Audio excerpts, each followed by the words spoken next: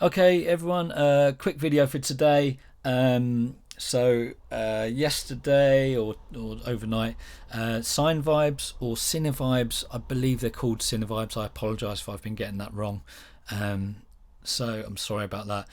They released a few new plugins for the Korg SDK open source ecosphere, whatever you want to call that. Basically the Prolog, the Minilog XD and the NTS1, which I've got here.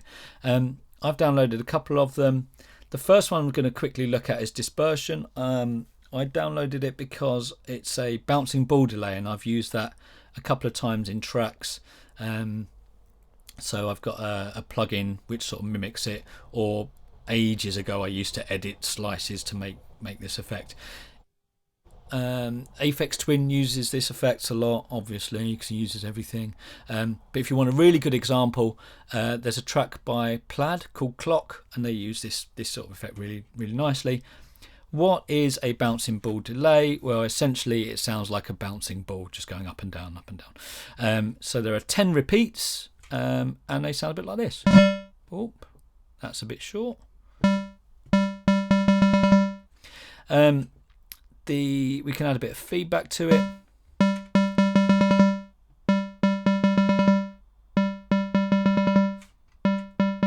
And so on. So this particular plugin is clocked to either MIDI, well, the clock of the Korg, which can either be MIDI in, MIDI clock, or if I just run the arpeggiator, there we go, the actual internal clock of the NTS1. Let's go to take you to Disco Heaven 127, and just make sure I'm not going to turn the arpeggiator on. And those 10 repeats that you hear can either be, so if we move the time encoder A, squashed into a 16th note, which is quite fast. If we give that some feedback,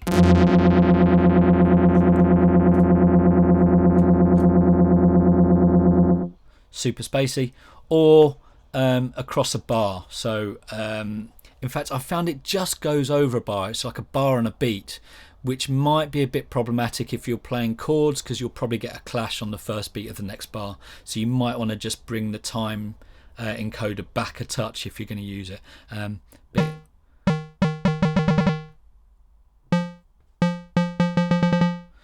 And then if we just add a bit of feedback,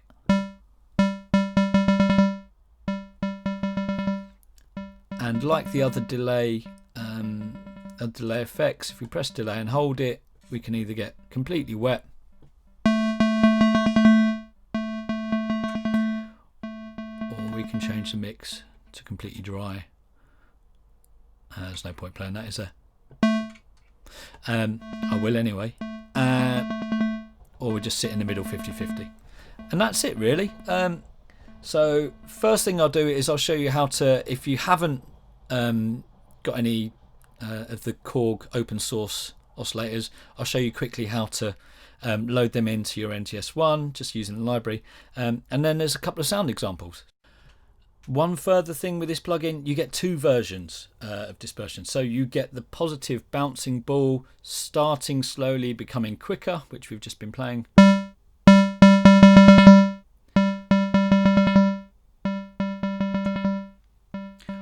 And you get the inverted version, which is starts quicker and gets slower. So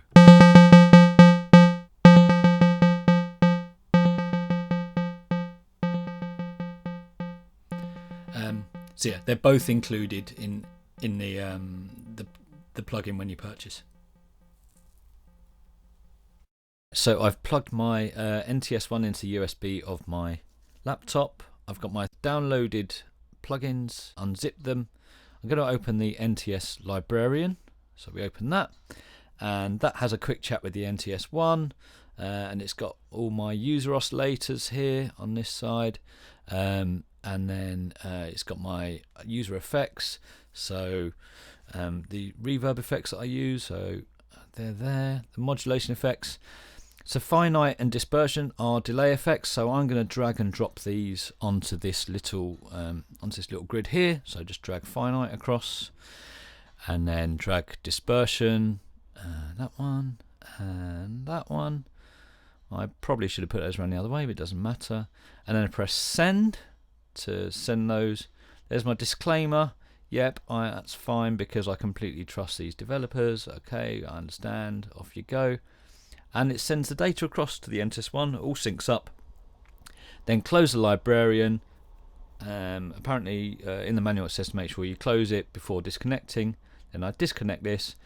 And now I'm going to use the audio input of the NTS1 and just process some soft synths through it to see what it all sounds like.